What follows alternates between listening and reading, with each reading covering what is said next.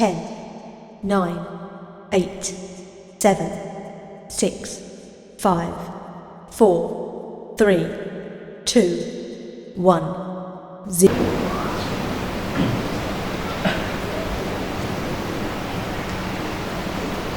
إن الحمد لله نحمده ونستعينه ونستغفره ونعوذ بالله من شرور أنفسنا ومن سيئات أعمالنا من يهد الله فلا مضل له ومن يضلل فلا هادي له أشهد أن لا إله إلا الله وحده لا شريك له وأشهد أن محمدا عبده ورسوله لا نبي بعده اللهم صل وسلم على هذا النبي الكريم وعلى آله وأصحابه ومن تبعهم بإحسان إلى يوم الدين.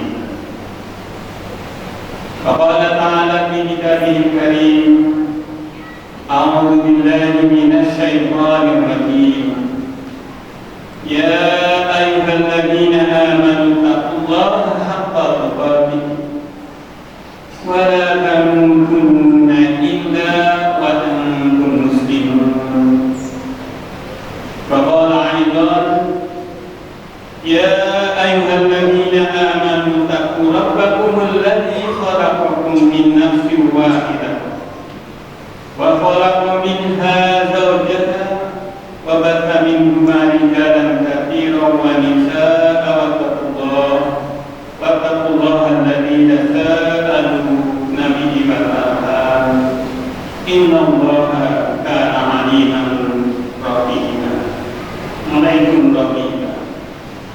يا أيها الذين آمنوا اتقوا الله وقولوا قولا سديدا يصلح لكم أعمالكم ويغفر لكم ذنوبكم وما يطع الله ورسوله فقد فاز فوزا عظيما.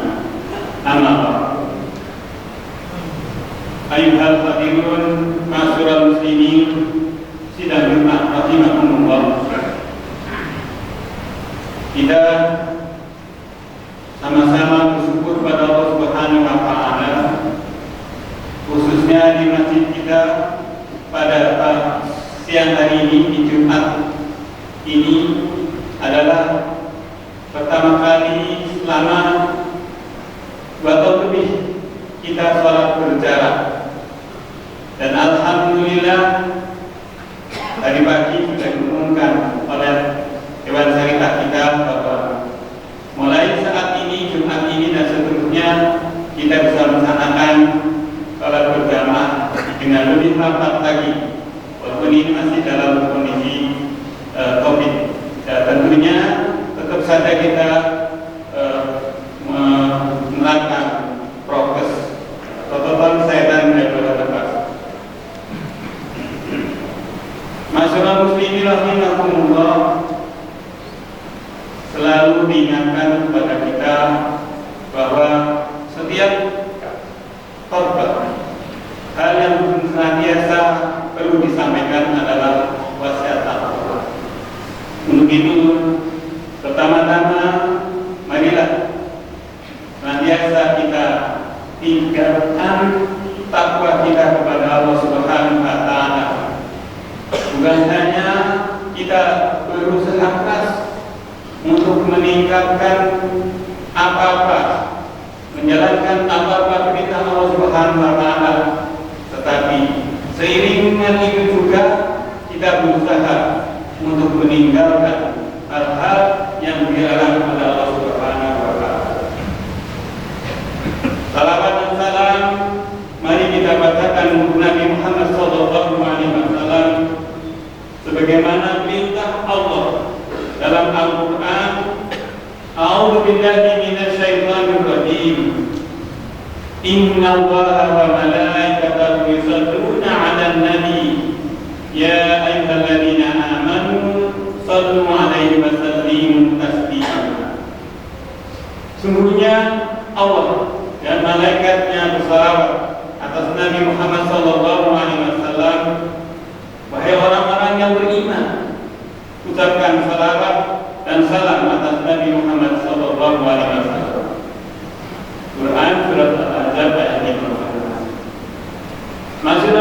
rahimakumullah, mungkin di antara kita, termasuk saya, ada termasuk yang orang yang menganggap bahwa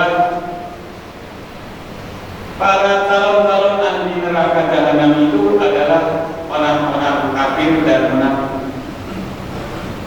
Makanya judul atau tema dari khotbah singkat ini adalah dosa-dosa yang menyebabkan pelakunya masuk ke dalam neraka. Ketika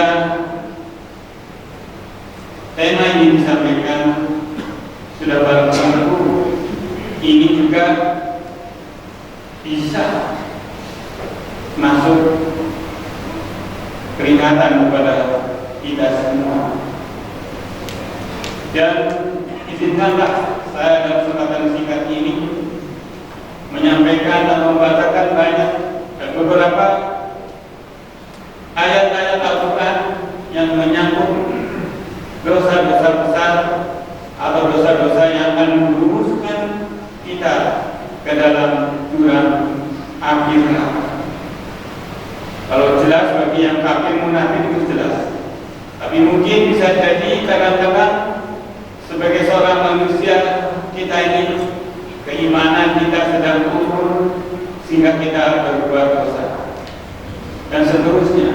Karena iman tidak itu yanqus, karena keimanan seseorang itu adalah kadang-kadang yazid naik dan kadang-kadang yanqus turun. Dan bisa jadi ketika kita sedang turun keimanan kita akan melakukan atau tidak terasa melakukan perbuatan dosa. Dan alhamdulillah ketika dosa itu dilakukan kemudian kita belum bertobat, maka telah salah. Maka ada ayat-ayat yang ingin saya sampaikan di kesempatan ini. Yang pertama adalah dosa bagi kita yang mungkin sadar atau tidak sadar melakukan penyimpangan dalam bidang ekonomi, bisnis, dan keuangan, seperti dalam membayar zakat misalnya. Pada kita mampu menumpuk harta tanpa peduli terhadap nasib para orang miskin dan anak yatim, memakan makanan yang haram seperti bangkai, babi, binatang yang disembelih dengan menyebut selain nama Allah, atau cara memperolehnya dengan cara yang haram dan lain sebagainya. Mungkin kita akan merasakan beberapa pedihnya siksaan yang mereka terima sebagai akibat penyimpangan keuangan, ekonomi dan harta yang mereka lakukan semasa hidup di dunia, tanpa melihat kedudukan dan status mereka. Sekalipun mereka mungkin juga para ulama, kiai, ustaz, dan tokoh agama. Dan Allah menjelaskan di dalam surat At-Taubah surat 9 ayat 34 sampai ayat 35. Saya bacakan artinya saja. Hai orang-orang yang beriman, sesungguhnya sebagian besar dari orang-orang alim Yahudi dan rahib-rahib Nasrani benar-benar memakan harta orang dengan jalan yang batil, dan mereka menghalang-halangi manusia dari jalan Allah. Dan orang-orang yang menyimpan emas dan perak dan tidak menafkahkannya pada jalan Allah, maka beritahukanlah kepada mereka bahwa mereka akan mendapat siksa yang pedih. Dan pada hari dipanaskan emas perak itu di dalam neraka jahanam, lalu disetrika dengannya gaji mereka, lambung dan punggung mereka, lalu dikatakan kepada mereka, inilah harta bendamu yang kamu simpan untuk dirimu sendiri, maka rasakanlah sekarang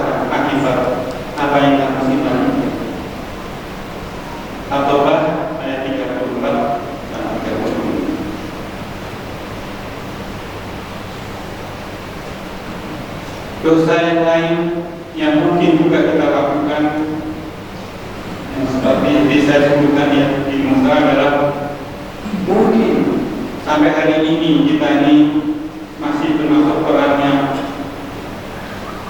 mendapatkan atau memakan harta yang riba. Dan ini diingatkan oleh Allah Subhanahu wa taala di dalam surat Al-Baqarah ayat 275 dan 276. Alladzina yaquluna riba la yaquluna illa kama yaqulu alladzi yatakhabbathu syaitan minal mas dzalika bi annahum qalu innamal bay'u mithla riba wa halallahu riba wa halallahu al-bay'a wa harrama riba faman ja'ahu mau'izatan min rabbih fantaha falahu ma salaf amruhu ila Allah faman ata faulaika ashabun nar hum fiha khalidun yamhaqullahu riba wa yurbi shadaqat wallahu la yuhibbu kulla kafarin athim. Orang-orang yang makan atau mengambil riba tidak dapat berdiri melainkan seperti berdirinya orang yang memasukkan setan lantaran tekanan penyakit tidak. Dan mereka yang demikian itu adalah disebabkan mereka berkata atau berpendapat sesungguhnya jual beli itu sama dengan riba, padahal Allah telah menghalalkan jual beli dan mengharamkan riba. Orang-orang yang telah sampai kepadanya larangan dari Tuhannya lalu terus berhenti dari mengambil riba, maka baginya apa yang telah diambilnya dahulu sebelum datang larangannya dan urusannya terserah kepada Allah. Orang yang mengulangi mengambil riba, maka orang itu adalah penghuni neraka. Mereka kekal di dalamnya. Allah memusnahkan riba dan menyuburkan sedekah. Dan Allah tidak menyukai setiap orang yang tetap dalam kekafiran dan selalu berbuat dosa. Quran surat Al-Baqarah ayat 275 dan 276. Ma'asyiral muslimin rahimahumullah. Yang berikutnya kita juga diingatkan oleh Allah Subhanahu wa taala di dalam surat Al-Baqarah juga 205 206. Wa idza tawalla sa'abi 'abdi yufsida fiha wa yuhlikal haqq wa nasru wallahu la yuhibbul fasad. Wa idza qila muttaqillah akhadhatul ijza bil ismi fa hasbuhu jahannam wa la bisal mihad. Dan apabila ia meninggalkan kamu, ia berupaya melakukan kerusakan di atas muka bumi, merusak tanaman atau kebun dan binatang ternak, dan Allah tidak mencintai kerusakan. Dan apabila dikatakan kepadanya bertakwalah kepada Allah, bangkitlah kesombongannya yang menyebabkan berbuat dosa, bangga akan berbuat dosa. Maka tumbuhkanlah balasan yang rata jahanam, dan sungguh neraka jahanam itu tempat tinggal yang seburuk-buruk. Dari ayat ini kita diingatkan bahwa sadar atau tidak sadar kadang kita merusak tatanan kehidupan yang berupa lingkungan hidup. Sepintas mungkin dari sisi ekonomi akan menguntungkan dengan merusak hutan, tapi di sisi lain ternyata kerusakan yang dibuat oleh manusia itu yang menyebabkan terjadinya banjir, longsor dan sebagainya. Dan bukan itu saja, ternyata ini termasuk perbuatan yang dianggap oleh Allah Subhanahu wa taala. Oleh karena itu maka ketika kita ingin selamat dari api neraka jahanam, marilah kita sama-sama jaga diri lingkungan hidup kita ini agar tetap lestari, sehingga anak-anak cucu kita juga bisa menikmati kehidupan yang lebih baik, udara yang bersih dan segar. Masyarakat muslimin rahimahumullah, yang lain kita diingatkan juga bahwa meskipun Allah Subhanahu wa taala sudah menurunkan ayat Al-Qur'an ini kurang lebih 1450 tahun yang lalu, tetapi sampai hari ini faktanya banyak di antara kita manusia yang masih tidak menjadikan Al-Quran ini sebagai petunjuk hidup. Bagaimana Allah Subhanahu wa taala menjelaskan dalam firman-Nya, "Wa man a'rada 'an dzikri fa inna lahu ma'isyatan dhanka wa nahsyuruhu yawmal qiyamati a'ma. Qala rabbi lima hashartani a'ma wa qad kuntu basira. Qala kadzalika atatka ayatuna fanasidaha wa kadzalika al-yawma tunsa wa kadzalika najzi min asraba wa lam yu'min bi ayati rabbih wa la yadul akhir asyaddu wa." Dan barang siapa berpaling dari peringatan Al-Quran, maka sungguhnya baginya penghidupan yang sempit, dan kami akan menghidupkannya pada hari kiamat dalam keadaan buta. Berkatalah ya Tuhan pencipta, ya Rabb pencipta, mengapa Engkau menghimpun aku dalam keadaan buta, padahal aku sebelumnya adalah seorang yang melihat. Allah berfirman, demikianlah telah datang kepadamu ayat-ayat kami, maka kamu melupakannya, dan begitu pula pada hari ini kamu pun dilupakan.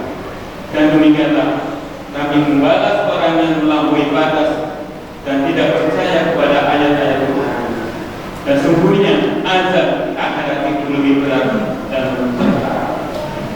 Quran surat Taubah ayat 24 dan 25. Muslimin rahimahullah. Jadi ini mengingatkan kepada kita untuk mari kita jadikan Al-Quran sebagai petunjuk dalam hidup kita, sebagai kompas dalam menangani hidup ini, supaya kita dalam dibutuhkan di akhirat sebagaimana dikatakan. Alhamdulillah, begitu mari kita berusaha jadikan Al-Quran sebagai petunjuk dalam semua aktivitas kita. Masih dalam muslimin rahimahumullah, yang terakhir ini banyak yang disampaikan oleh Bapak, yaitu bahwa kita mungkin juga termasuk orang yang kadang melalaikan anak yatim. Bahkan alhamdulillah mungkin juga orang yang pernah memakan harta anak yatim. Ternyata ini diingatkan Allah Subhanahu wa taala di dalam surat An-Nisa ayat 10. Innal ladzina ya'kuluna amwalal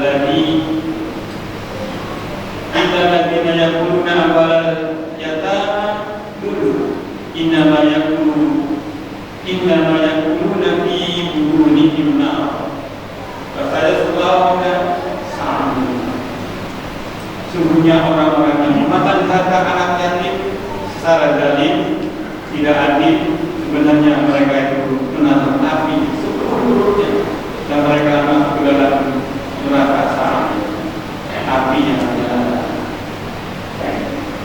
Alhamdulillah, kita sering menyaksikan dan mungkin termasuk juga orang-orang yang memanfaatkan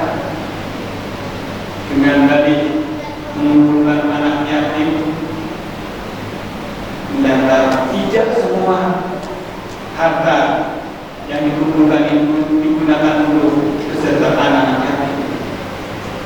Mungkin dengan dalih untuk operasional, untuk manajemen dan sebagainya, sehingga harta yang dikumpulkan yang notabene milik anak yatim ini bisa juga digunakan untuk kepentingan pribadi. Ini juga perlu hati-hati.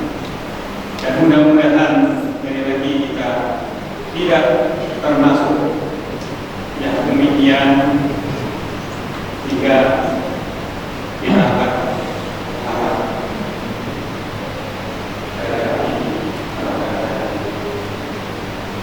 Assalamualaikum warahmatullahi wabarakatuh.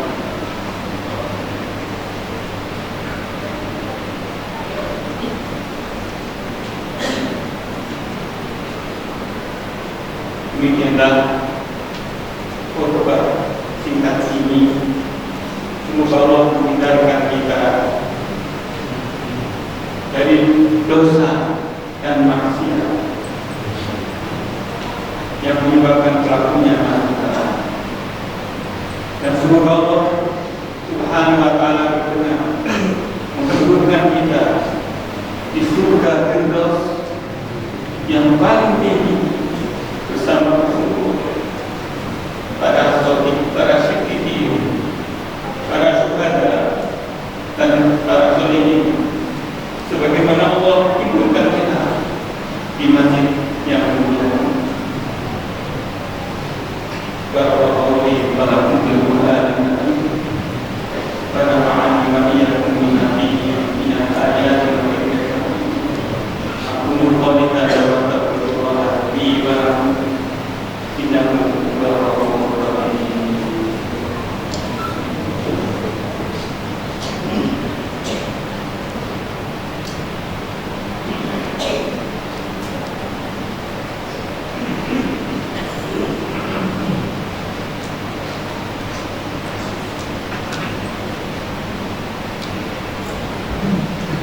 Alhamdulillah, nahmaduhu wa nasta'inuhu wa nastaghfiruh wa na'udzu billahi min shururi anfusina wa min sayyiati a'malina.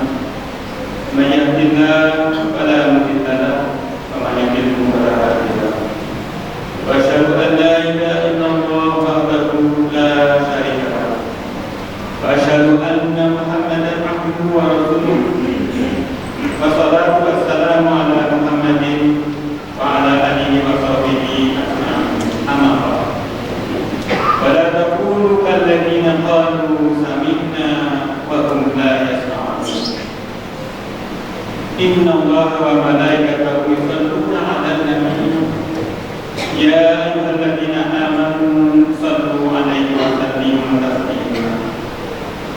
Allahumma shalli 'ala sayyidina Muhammad وعلى آل سيدنا محمد كما صليت على سيدنا إبراهيم وعلى آل سيدنا إبراهيم وبارك على سيدنا محمد وعلى آل سيدنا محمد كما باركت على سيدنا إبراهيم وعلى آل سيدنا إبراهيم في العالمين إنك حميد مجيد.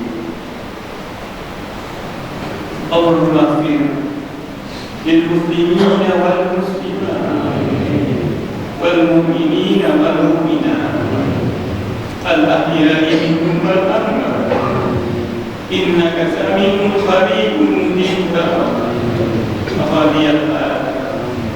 اللهم اقسم لنا من خشيتك ما تحول به بيننا وبين معاصيك ومن طاعتك ما تقبلنا به جنتك ومن اليقين ما تهون به علينا مصائب الدنيا. اللهم متعنا بأسمائنا وأبصارنا وقوتنا ما أحييتنا واجعله وارثا